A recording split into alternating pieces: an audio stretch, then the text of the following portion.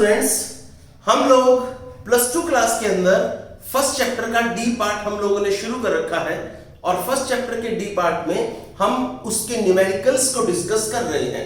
तो first chapter के D part में जो न्यूमेरिकल्स हमने डिस्कस किए हैं उनमें जो हमारे टॉपिक है जिनके बेसिस पे हम न्यूमेरिकल पढ़ रहे हैं वो है, अगर हमारे पास एक पैरेलल प्लेट कैपेसिटर हो और उस पैरेलल प्लेट कैपेसिटर के कैपेसिटेंस की हम बात करें तो किसी भी पैरेलल प्लेट कैपेसिटर के कैपेसिटेंस का फॉर्मूला जो होता है this is A into epsilon not upon D.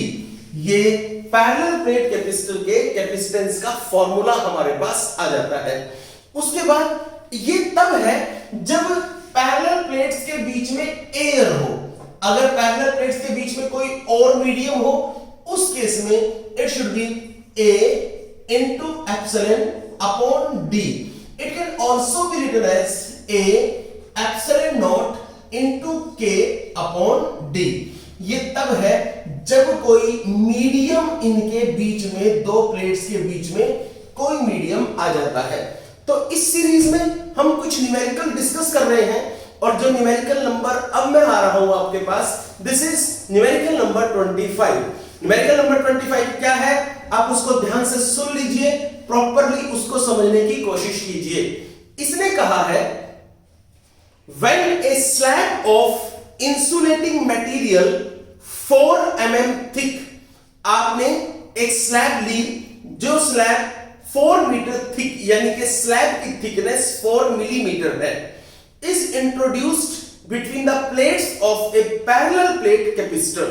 तो पहली लाइन से सिर्फ यह पता चला है कि आपके पास एक पैरेलल प्लेट कैपेसिटर है, उस पैरेलल प्लेट कैपेसिटर की प्लेट्स के बीच में आपने एक स्लैब जिसकी थिकनेस 4 mm है वो आपने उस पैरेलल प्लेट कैपेसिटर की प्लेट्स के बीच में इंट्रोड्यूस की है। It is found that the distance between the plates has to be increased by 3.2 millimetre. हमने ये देखा कि प्लेट्स के बीच के सेपरेशन को हमें 3.2 मिलीमीटर इंक्रीज करना पड़ता है to restore the capacitance, capacitance को सेम रखने के लिए। आगे चलिए, capacitance to its original value, calculate the dielectric constant of the material. आपको मटेरियल का डाइलेक्ट्रिक कांस्टेंट कैलकुलेट करना है। मैं ये क्वेश्चन प्रॉपरली आपको समझाता हूं, आप ध्यान से सुन लीजिए।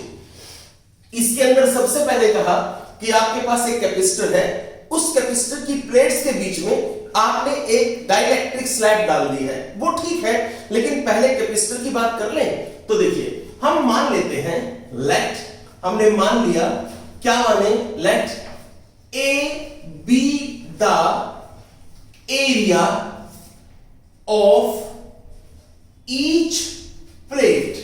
मान लो हर एक प्लेट का एरिया A है and D be the separation between the plates।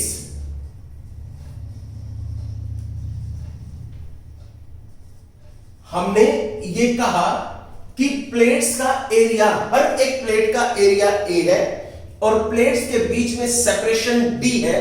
तो एक बात बताइए, ये कंडीशन तो कुछ ऐसी बन गई कि आपने यहां पर दो प्लेट ले ली, एक प्लेट ये रही, दूसरी प्लेट ये रही, दोनों प्लेट्स के बीच का एरिया आपने A लिया, ये वाला एरिया A है, ये वाला भी एरिया A है और दोनों प्लेट्स के ऊपर डेफिनेटली कुछ ना कुछ चार्ज भी है। यहां पर मान लीजिए पॉजिटिव चार्ज है, यहां पर मान लीजिए नेगेटिव चार्ज है, ये वाला प्लस Q चार्ज है, ये वाला माइनस Q चार्ज है।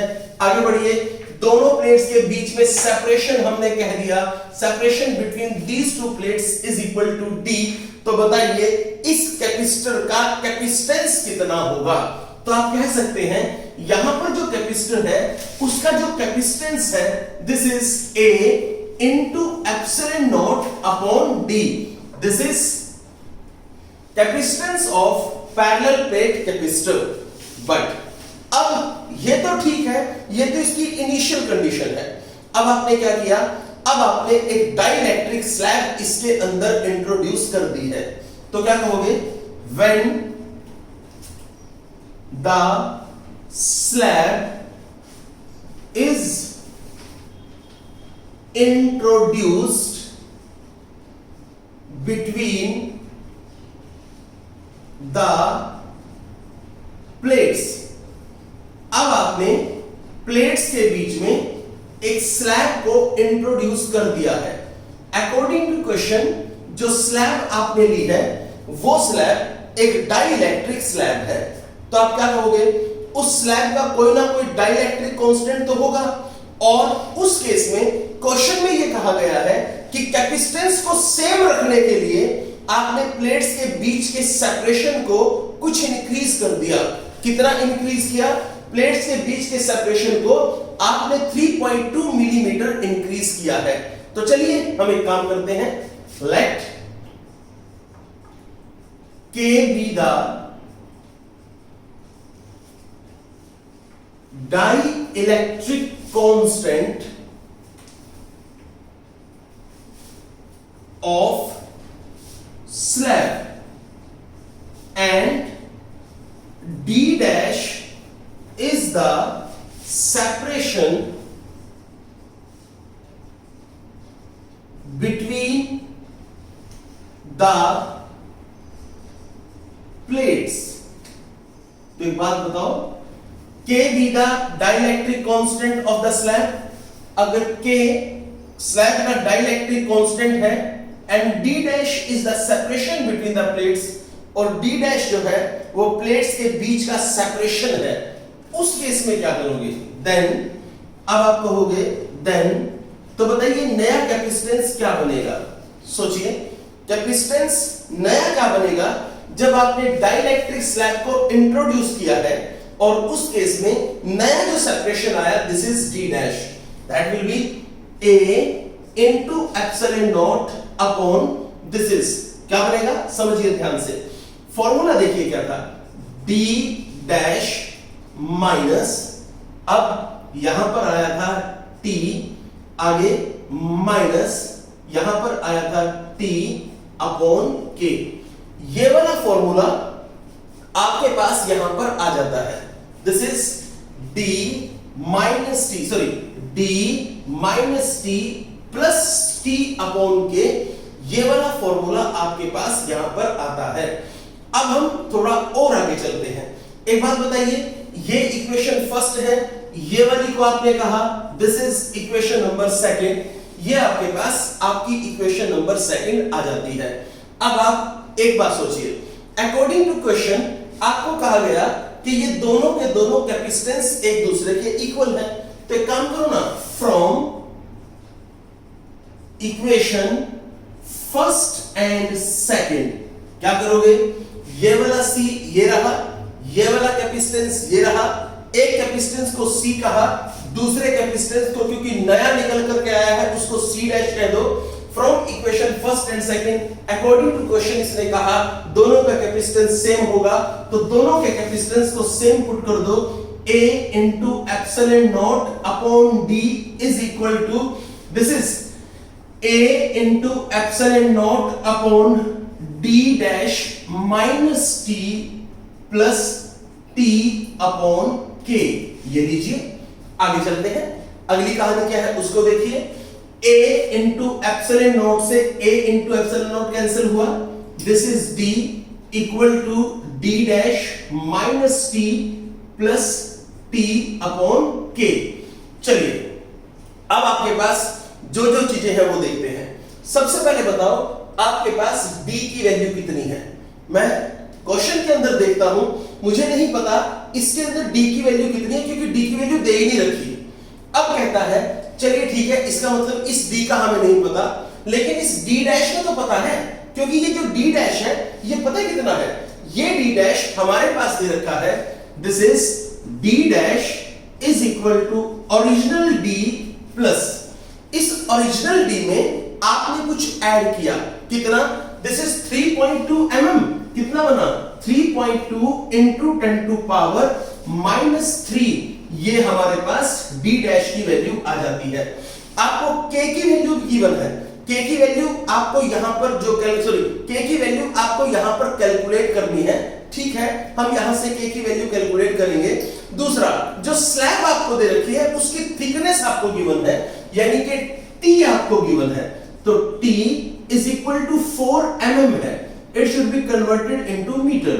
ये लीजिए, अब आप यहां इस इक्वेशन नंबर 3 के अंदर आप ये वैल्यूज पुट कर दीजिए, तो आपके पास D is equal to D dash की जगह D plus 3.2 into 10 to power -3 minus 4 into 10 to power -3 plus 4 into 10 to power -3 upon K, this K is to be calculate. आगे बढ़िए, इस D से ये वाला D कैंसिल हो गया। अब हम थोड़ा और आगे बढ़ते हैं, यहां से एक रिजल्ट आपके पास ये रहा, एक रिजल्ट आपके पास ये रहा। अगर आप इन दोनों को सोल्व करते हैं तो आपके पास कुछ ना कुछ रिजल्ट आता है। जब आप इसको सोल्व करेंगे तो आपके पास जो वैल्यू आती है, आप एक काम उसमें यहां पर कर लीजिए। वो क्या है? दिस इज हियर, आप इसको ऐसा लिख लीजिए, 0 इज इक्वल टू, यहां पर देखिए 3.2 इंटू 10 टू पावर -8 ये रहा, यहां से -4 इंटू 10 टू पावर -3 कॉमन लीजिए, यहां पर आपके पास बचा 1 माइनस 1 अपॉन K। आप इस तरीके से इसको यहां पर लिख सकते हैं। चलिए अब हम आगे चलते हैं। इस वाले पॉइंट को उठाकर आप इधर ले जाइए। जब इस वाले पॉइंट को उठाकर इधर ले जाएंगे तो आपके पास यहां पर बच जाएगा -3.2 into 10 to power 8 is equal to -4 into 10 to power 3 into 1 minus 1 upon K। ये हुआ। अब आपको यहां से ये वाली वैल्यू कैलकुलेट कर लेनी है। उसके लिए क्या करोगे, इस माइनस से ये वाला माइनस कैंसिल करो, 3.2 into 10 to power -8 upon 4 into 10 to power, sorry this is -3, ये -3 है जो लगातार चलता आ रहा है। चलिए आगे, this is 4 into 10 to power -3 into 1 minus 1 upon K, ये आपके पास आया है। इससे ये यहां पर कैंसिल हुआ। अब आपके पास ये हमें कैलकुलेट करना है, दिस इज 3.2 अपॉन 4 ये रहा, is equal to 1 minus 1 upon K, ये हो गया। This is here 32 upon 40 is equal to 1 minus 1 upon K। आपको यहां से ये K चाहिए, कोई बात नहीं, आप 1 को इधर ले आइए। 32 upon 40 minus 1 is equal to 1 upon K। आप यहां से एलसीएम लें, दिस इज 40, यहां पर बना 32 minus 40 is equal to 1 upon K। This is -8, यहां पर आएगा आपके पास ये वाला, ये भी माइनस में ही है, -8 upon 40 is equal to -1 upon K। This is minus से माइनस कैंसिल हुआ, 1 upon 5 is equal to 1 upon K। This implies K is equal to 5। ये आपके पास प्रॉपर इसका रिजल्ट आ चुका है। अब ये आपका क्वेश्चन नंबर 25 कंप्लीट हुआ है। आगे चलते हैं। हेलो स्टूडेंट्स, अब हमारे पास हमारा आता है क्वेश्चन नंबर 26। देखिए क्वेश्चन नंबर 26 में क्या करना है, इसके अंदर हम क्या पढ़ेंगे, इसके बारे में हम यहां पर डिटेल स्टडी करते हैं।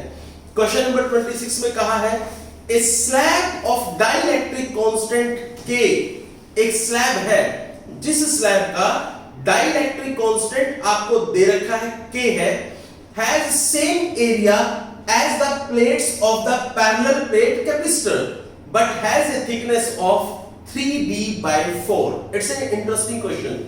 कहता है आपने एक स्लैब ले ली जिस स्लैब का डाइलेक्ट्रिक कांस्टेंट K है, स्लैब का एरिया उतना ही है जितना पैरेलल प्लेट कैपेसिटर की प्लेट्स का एरिया है, लेकिन वहां पर जो पैरेलल प्लेट कैपेसिटर की प्लेट्स के बीच में जो गैप होता है, अगर वो डिस्टेंस d है तो इस जो स्लैब हमने इंट्रोड्यूस की है इसकी थिकनेस 3d/4 है, where d is the separation between the plates. How is the capacitance changed? Capacitance कितना बदल जाएगा when the slab is merged between the plates। जब हम इस स्लैब को प्लेट्स के बीच में रखेंगे तो कैपेसिटेंस में कितना चेंज आ जाएगा, मतलब नया कैपेसिटेंस निकालिए कितना होगा। सुनिए, this is our question number 26। मैं आपको ये क्वेश्चन नंबर 26 प्रॉपर समझा रहा हूं। देखिए, हम लोग एक पैरेलल प्लेट कैपेसिटर कंसीडर कर लेते हैं, और जो पैरेलल प्लेट कैपेसिटर हमने कंसीडर किया, उस पैरेलल प्लेट कैपेसिटर की प्लेट्स जो है उनका एरिया A है, और प्लेट्स के बीच में सेपरेशन जो है that is D।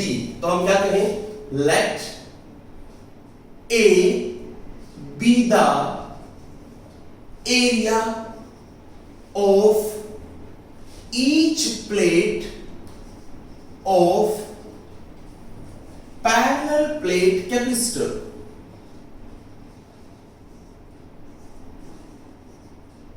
plate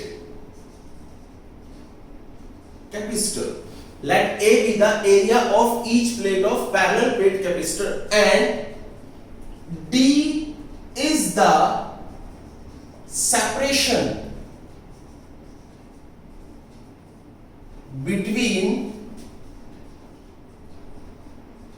the plates। Plates के बीच में सेपरेशन जो है वो D है।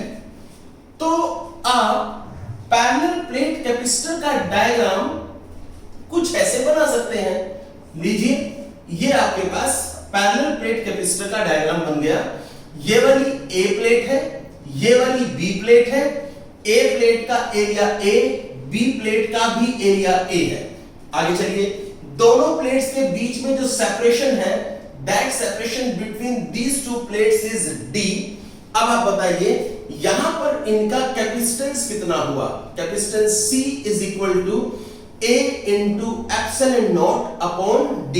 ये हमने यहां पर कैपेसिटेंस की बात कर ली है। यानी कि अगर आपने सिंपल पैरेलल प्लेट कैपेसिटर लिया जिसकी प्लेट्स के बीच में अभी सिर्फ एयर है, तो उस पैरेलल प्लेट कैपेसिटर के कैपेसिटेंस की वैल्यू आपके पास यहां पर आ चुकी है। अब अगर आप इस पैरेलल प्लेट कैपेसिटर की प्लेट्स के बीच में एक डाइइलेक्ट्रिक स्लैब इंट्रोड्यूस करते हैं, तो आप कहोगे ऑन इंट्रोडक्शन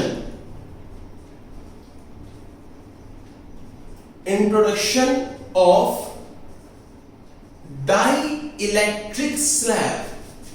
अगर आप डाइइलेक्ट्रिक स्लैब को इंट्रोड्यूस करते हो तो on introduction of dielectric slab.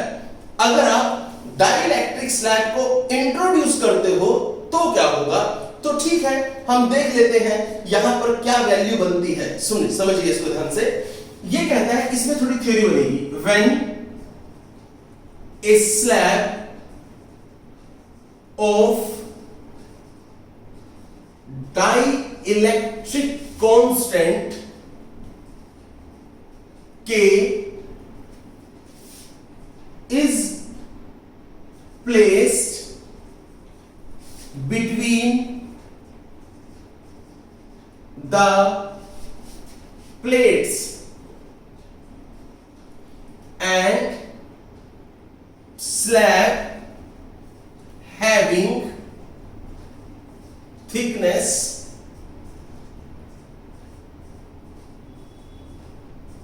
equal to 3D by 4, then the capacitance of capacitor will be।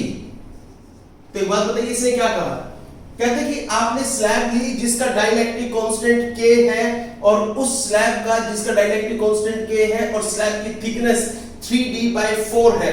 आपने उस स्लैब को आपने यहां पर इसके अंदर स्लैब के को प्लेट्स के बीच में इंट्रोड्यूस किया है, तो आपने उसकी थिकनेस को T मान लिया और T की वैल्यू 3D/4 है।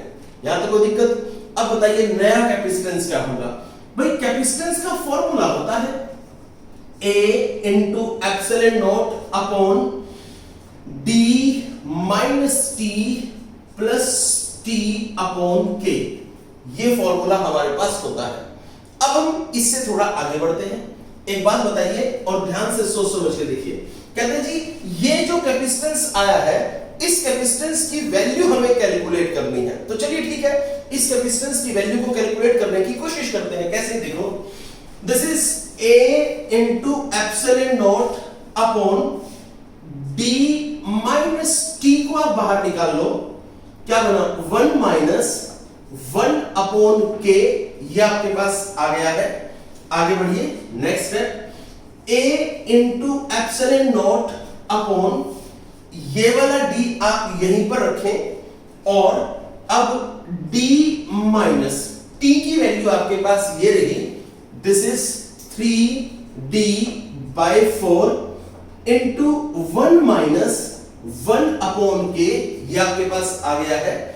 आगे बढ़ते हैं, आप यहां से इस D को भी कॉमन निकाल सकते हैं, तो आपके पास क्या बनेगा? C dash is equal to A into epsilon not upon D into 1 minus, this is 1, क्योंकि D यहां से कॉमन आ गया, 1 माइनस 3/4 इंटू 1 माइनस 1/K, आपने ये यहां पर लिखा है। चलिए अब इसको थोड़ा और सोल्व करते हैं। This is C dash is equal to A into epsilon naught, आगे चलिए, अपॉन D इंटू 1 माइनस ये 3/4 इसके साथ भी मल्टीप्लाई होके आ जाएगा, दिस इज माइनस 3/4।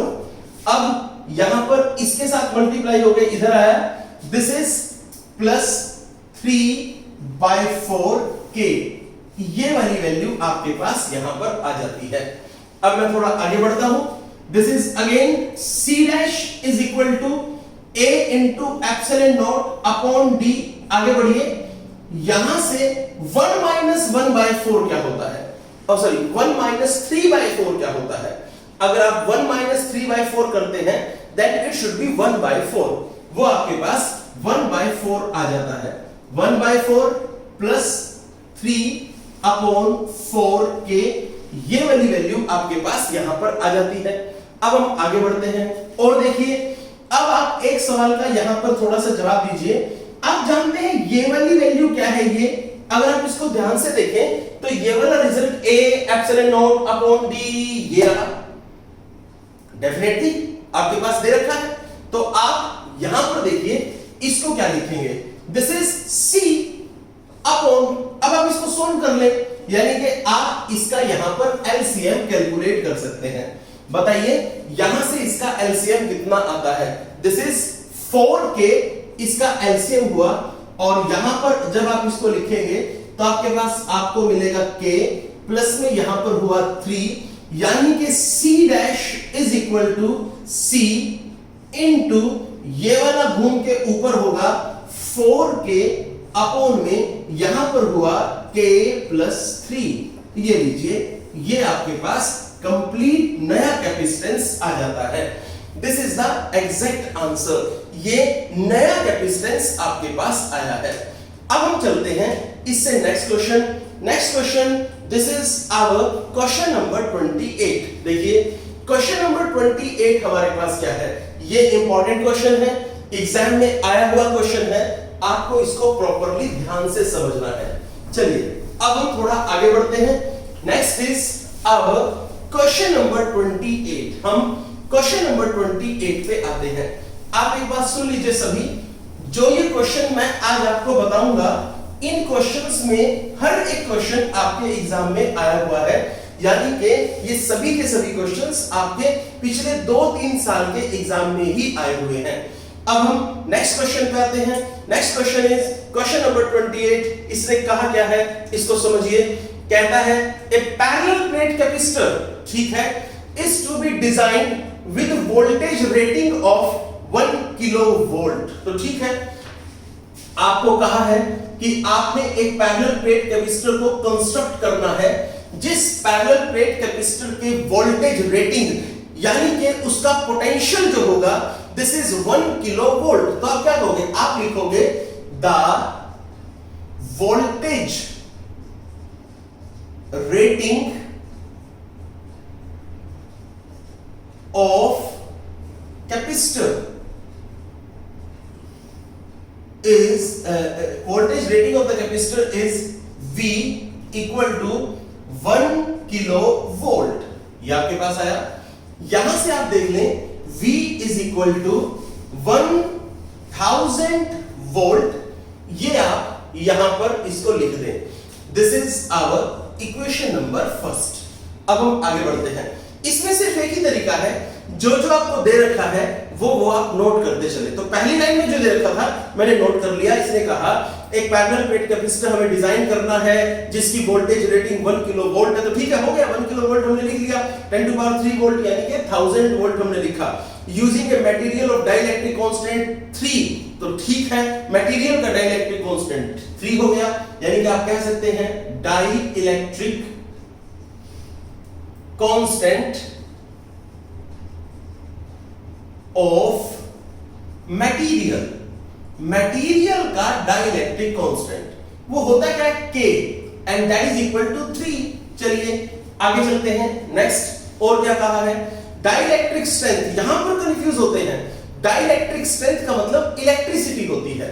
सो आप यहां पर लिखोगे डाई इलेक्ट्रिक स्ट्रेंथ।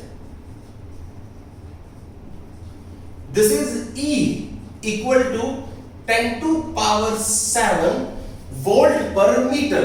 आगे चलिए। For safety we should like the field never to exceed say 10% of dielectric strength. कहता है सेफ्टी पर्पस के लिए हम इलेक्ट्रिक फील्ड को यानी कि इलेक्ट्रिक फील्ड स्ट्रेंथ को 10% से ज्यादा यूज नहीं करेंगे। एक बात बताइए, आपने वोल्टेज यहां पर ले ली, यानी कि वोल्टेज रेटिंग जो है, पोटेंशियल की वैल्यू आपको पता लग गई, कैपेसिटेंस कैपेसिटर के पोटेंशियल का पता है, कैपेसिटर के यहां पर डाइलेक्ट्रिक कांस्टेंट का पता है, डाइलेक्ट्रिक स्लैब यहां पर डाइलेक्ट्रिक स्ट्रेंथ पता लग गई, यानी कि इलेक्ट्रिक फील्ड का आपको पता लग गया। अब हम आगे चलते हैं। आपको सेफ्टी पर्पस के लिए इसके लिए सिर्फ और सिर्फ आप इसका 10% ही यूज कर सकते हैं। तो आप कहोगे for safety purpose we use electric field, we use 10% of electric field। ये बेटर रहेगा, 10% of electric field which is, वो कितनी है यूज कर लो, 10% of 10 to power 7 is equal to 10 upon 100 into 10 to power 7, that will be 10 to power 6 volt per meter। तो ठीक है, आपको पता लग गया कि आपको इतनी इलेक्ट्रिक फील्ड यूज करनी है। तो आप लिख सकते हो नाउ इलेक्ट्रिक फील्ड जो आपको यूज करनी है E is equal to 10 to power 6 volt per metre. आपके लिए बेटर रहेगा ये इक्वेशन फर्स्ट, ये इक्वेशन सेकंड, क्योंकि हम इसको यूज नहीं करना तो छोड़ दो। हमारी इक्वेशन नंबर थर्ड ये वाली है। अब हम आगे चलते हैं। नेक्स्ट इसने क्या कहा, इसने कहा है what minimum area of plate is required to have a capacitance of 50 picofarad. कहता है आप ये बताइए What minimum area of plate is required? आपको प्लेट का कितना एरिया चाहिए, कितने एरिया की प्लेट आपको चाहिए कि कैपेसिटेंस जो हो कैपेसिटर का that will be 50 पिकोफैराड। तो एक बात बताइए, आपको यहां पर कैपेसिटेंस भी दे दिया, कैपेसिटेंस ऑफ कैपेसिटर। बताइए capacitance of capacitor, this is 50 picofarad 10 to power -12 farad. अब आप सिर्फ इतना सोचिए, आपके पास यहां पर वोल्टेज रेटिंग यानी कि कैपेसिटर का पोटेंशियल दे दिया गया, ठीक है। आपके पास डाइलेक्ट्रिक कांस्टेंट भी दे दिया गया। आपके पास ये भी कह दिया गया कि इलेक्ट्रिक फील्ड आपको कितनी यूज करनी है, आपको कैपेसिटर का कैपेसिटेंस भी दे दिया गया। अब आपको निकालना क्या है, आपको प्लेट्स का एरिया निकालना है ना, यानी कि area of plate, this is a, ये आपका क्वेश्चन मार्क है। अब आप सबसे पहले तो मुझे सिर्फ इतना बता दीजिए कि जब हम किसी पैरेलल प्लेट कैपेसिटर का कैपेसिटेंस कैलकुलेट करते हैं तो उस पैरेलल प्लेट कैपेसिटर के कैपेसिटेंस में यहां पर एरिया का क्या रोल है। तो देखिए, सबसे पहली बात, आपने यहां पर डाइलेक्ट्रिक कांस्टेंट मटेरियल का लिया है, इसका मतलब वहां पर जो पैरेलल प्लेट कैपेसिटर की प्लेट्स हैं उनके बीच में एयर नहीं है, उनके बीच में कोई मीडियम है। और किसी भी मीडियम के लिए, फॉर ए मीडियम, किसी मीडियम के लिए डाइलेक्ट्रिक कांस्टेंट या व्हाटएवर, किसी भी मीडियम के लिए जो कैपेसिटेंस होता है that is A epsilon naught into के अपॉन डी, ये होता है। अब आप एक बात बताइए, आपको यहां से किस किस चीज का पता है, आपको यहां से C डैश, डेफिनेटली आपको कैपेसिटेंस की वैल्यू दे रखी है, ये रहा। मैं इसको थोड़ा सा और अच्छे से C dash is equal to ये लिखा, तो ठीक है, आपको कैपेसिटेंस का पता है। आपको एरिया कैलकुलेट करना है, एप्सिलॉन नॉट आप सबको पता है क्या होती है, K की वैल्यू आपको यहां पर दे रखी है, आपको सिर्फ इस D का नहीं पता, नो प्रॉब्लम। देखो D कैसे निकलेगी, एक बात बताओ, आपको ये तो पता है E is equal to V upon D, ये हमने फर्स्ट चैप्टर के C पार्ट में किया था। जिस केस में हम इस E को बोलते हैं दिस इज इलेक्ट्रिक फील्ड, और इस V अपॉन D को बोलते हैं दिस इज पोटेंशियल ग्रेडियंट। अब ये इलेक्ट्रिक फील्ड और पोटेंशियल ग्रेडियंट के बीच का रिलेशन है।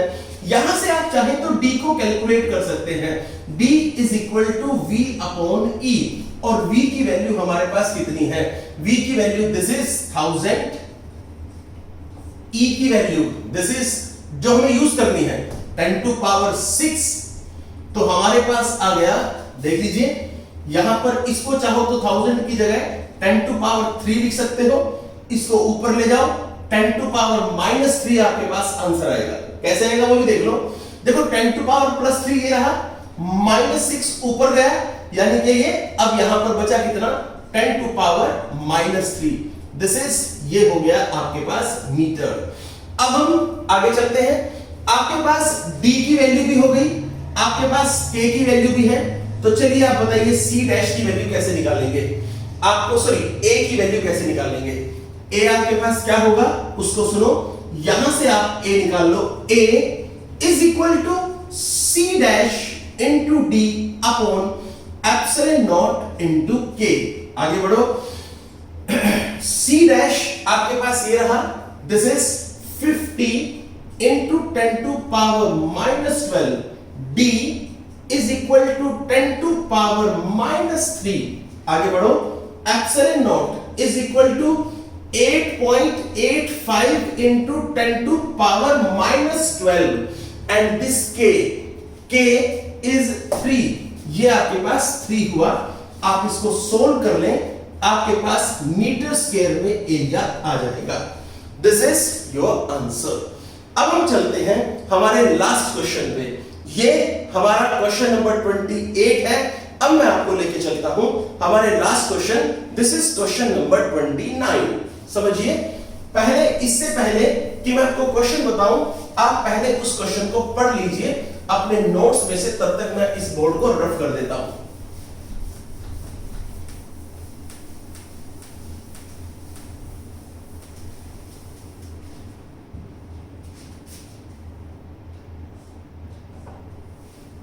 देखिए कैसे करेंगे आप, this is now question number 29 क्या कहता है इसको सुनो। क्वेश्चन नंबर 29 में हमें कहा गया, बहुत इंपॉर्टेंट, बहुत इंपॉर्टेंट न्यूमेरिकल है, a parallel plate capacitor is maintained at a constant potential difference. ठीक है, आपने एक पैरेलल प्लेट कैपेसिटर के पोटेंशियल को कांस्टेंट रखना है। मतलब ये आप उस पैरेलल प्लेट कैपेसिटर की प्लेट्स के बीच में कुछ ना रखें तब भी पोटेंशियल वही रहेगा। आप पैरेलल प्लेट कैपेसिटर की प्लेट्स के बीच में कुछ इंट्रोड्यूस कर दे, कुछ डाल दे, तब भी पोटेंशियल वही रहेगा। पोटेंशियल में किसी तरह का कोई चेंज नहीं आएगा। तो ठीक है, कोई बात नहीं, आगे बढ़ते हैं। अब क्या कहता है? कहता है parallel plate capacitor is maintain at a certain potential difference when A 3 mm thick slab is introduced between the plates. यानी कि जो स्लैब आपने इंट्रोड्यूस की है उसकी थिकनेस आपको दे दी गई है, थिकनेस उसकी 3 mm की है। आगे चलिए, आपको पोटेंशियल अभी भी सेम रखना है। इसने कहा when A 3 mm thick slab is introduced between the plates in order to maintain the same potential difference. The distance between the plates is increased by 2.4 mm. Very good. Find the dielectric constant of the slab. आपको slab का dielectric constant calculate करना है। आप इस question को समझिए, ऐसा question आपने एक और किया है, बट ये क्वेश्चन भी, यानी कि अगर मैं कहूं ये वाला क्वेश्चन भी बिल्कुल वैसा ही है जैसा क्वेश्चन आपके पास लास्ट वाला था, बट इसके अंदर सिर्फ इतना है, पहले क्वेश्चन में जो क्वेश्चन नंबर 25 आपने किया था उसमें आपने मटेरियल का डाइलेक्ट्रिक कांस्टेंट निकाला था, यहां पर आपको स्लैब का डाइलेक्ट्रिक कांस्टेंट निकालना है। बात एक ही है, फंक्शन थोड़े से अलग अलग हैं। आपको मैं समझाता हूं, आप इसको किस तरीके से करेंगे, करने का मेथड दोनों का अलग अलग ही है। समझिए क्या है, देखिए ये कहता है late D is the let A is the area of each plate of parallel plate capacitor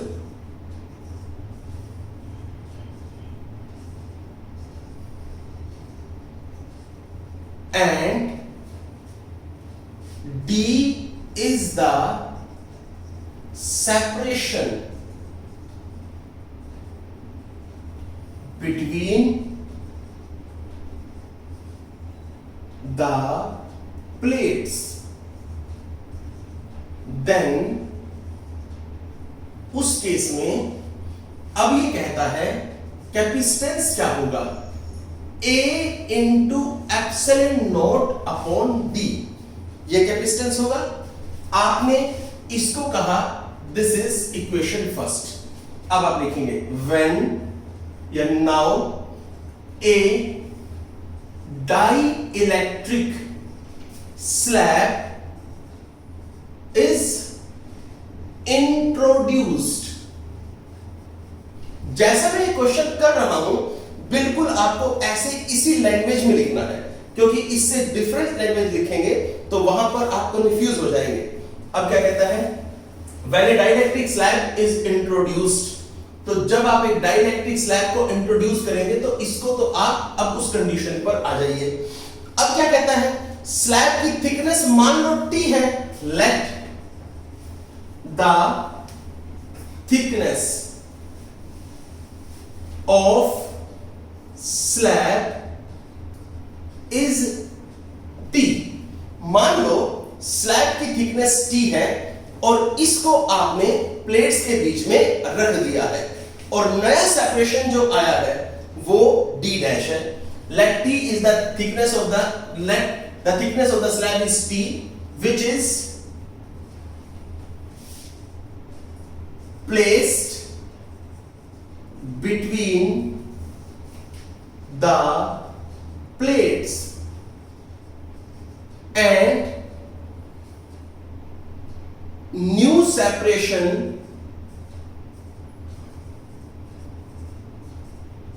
between the plates is D dash।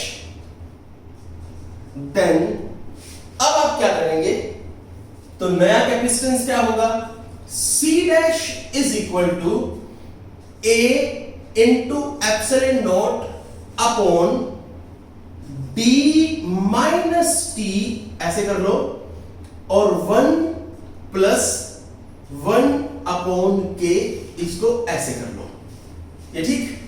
यहां पर माइनस साइन आएगा, ये रहा आपके पास ये वाला एक फॉर्मूला आया। बस फर्क इतना है, यहां पर डी डैश है, आप डी डैश यहां पर लिख सकते हैं। अब हम आगे बढ़ते हैं। अब आप इसमें एक चीज को सुन लीजिए, वो क्या है।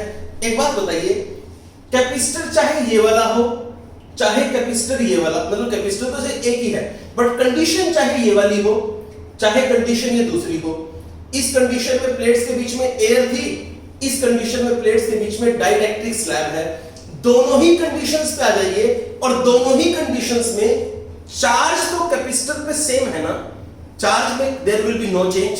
दूसरी बात, उसने खुद कहा कि दोनों का पोटेंशियल भी सेम है। तो एक बात बताओ, चार्ज भी सेम है, पोटेंशियल भी सेम है, तो सोच के देखो, आप ये जानते हो क्या C is equal to Q upon V होता है?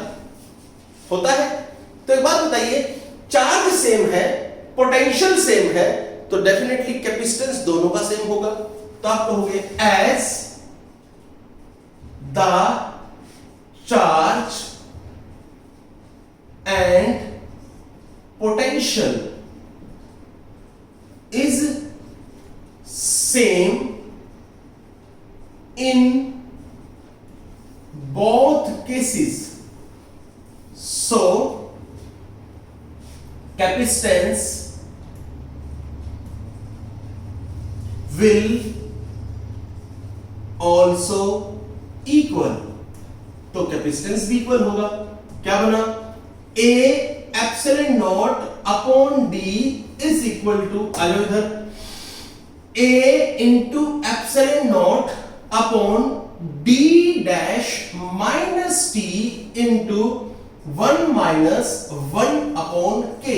आगे बढ़ो, A into epsilon not upon D is equal to A into epsilon not upon, अब बात करते हैं D डैश की वैल्यू कितनी है।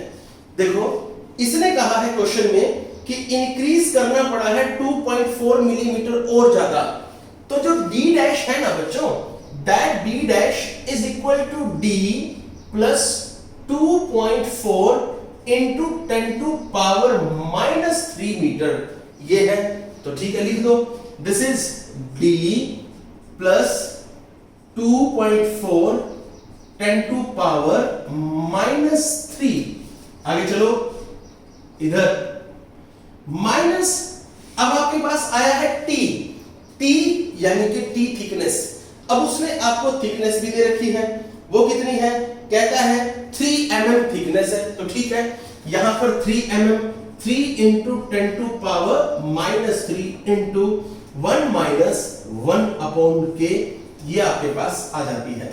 अब आप इसको इससे कैंसिल आउट कर दो, आपके पास यहां पर D is equal to D plus 2.4 into 10 to power minus 3, ये आपने लिखा है minus 3 into 10 to power minus 3 into 1 minus 1 upon K. इस D से ये वाला D कैंसिल हुआ है। आगे बढ़िए, दिस इज, यहां पर ये खत्म करो, यहां से ये खत्म हुआ, तो ठीक है, आप इक्वल टू दिस 0 के बराबर हो गया। आप इसको इधर ले आओ, minus 2.4 into 10 to power minus 3 is equal to minus 3 into 10 to power minus 3, 1 minus 1 by K हुआ। इसको उठाकर आप इधर ले आइए, दिस इज, यहां से इधर minus 3 into 10 to power minus 3, ये यहां से चला गया, ये माइनस से माइनस कैंसिल हुआ, 10 टू पावर माइनस 3 से 10 टू पावर माइनस 3 कैंसिल हुआ। आपके पास यहां पर आया 2.4 upon 3 is equal to 1 minus 1 upon K. ये इस तरीके से आप इसको सोल्व कर सकते हैं, और आप यहां से इसको हटा के इधर 0 लगा सकते हैं, ये 3 पे चला जाएगा, यहां पर 8 आएगा, यहां पर 10 आएगा, 8 upon 10 is equal to 1 minus 1 upon k. By this you can solve this question आप इसको सोल्व कर सकते हैं, आपके पास इसका रिजल्ट आ जाएगा, आप उसको नोट कर लीजिए, that will be the answer. चलिए यहां तक के क्वेश्चंस आपको करने हैं, इससे नेक्स्ट कुछ क्वेश्चंस मैं आपको नेक्स्ट लेक्चर में कराऊंगा। All the best.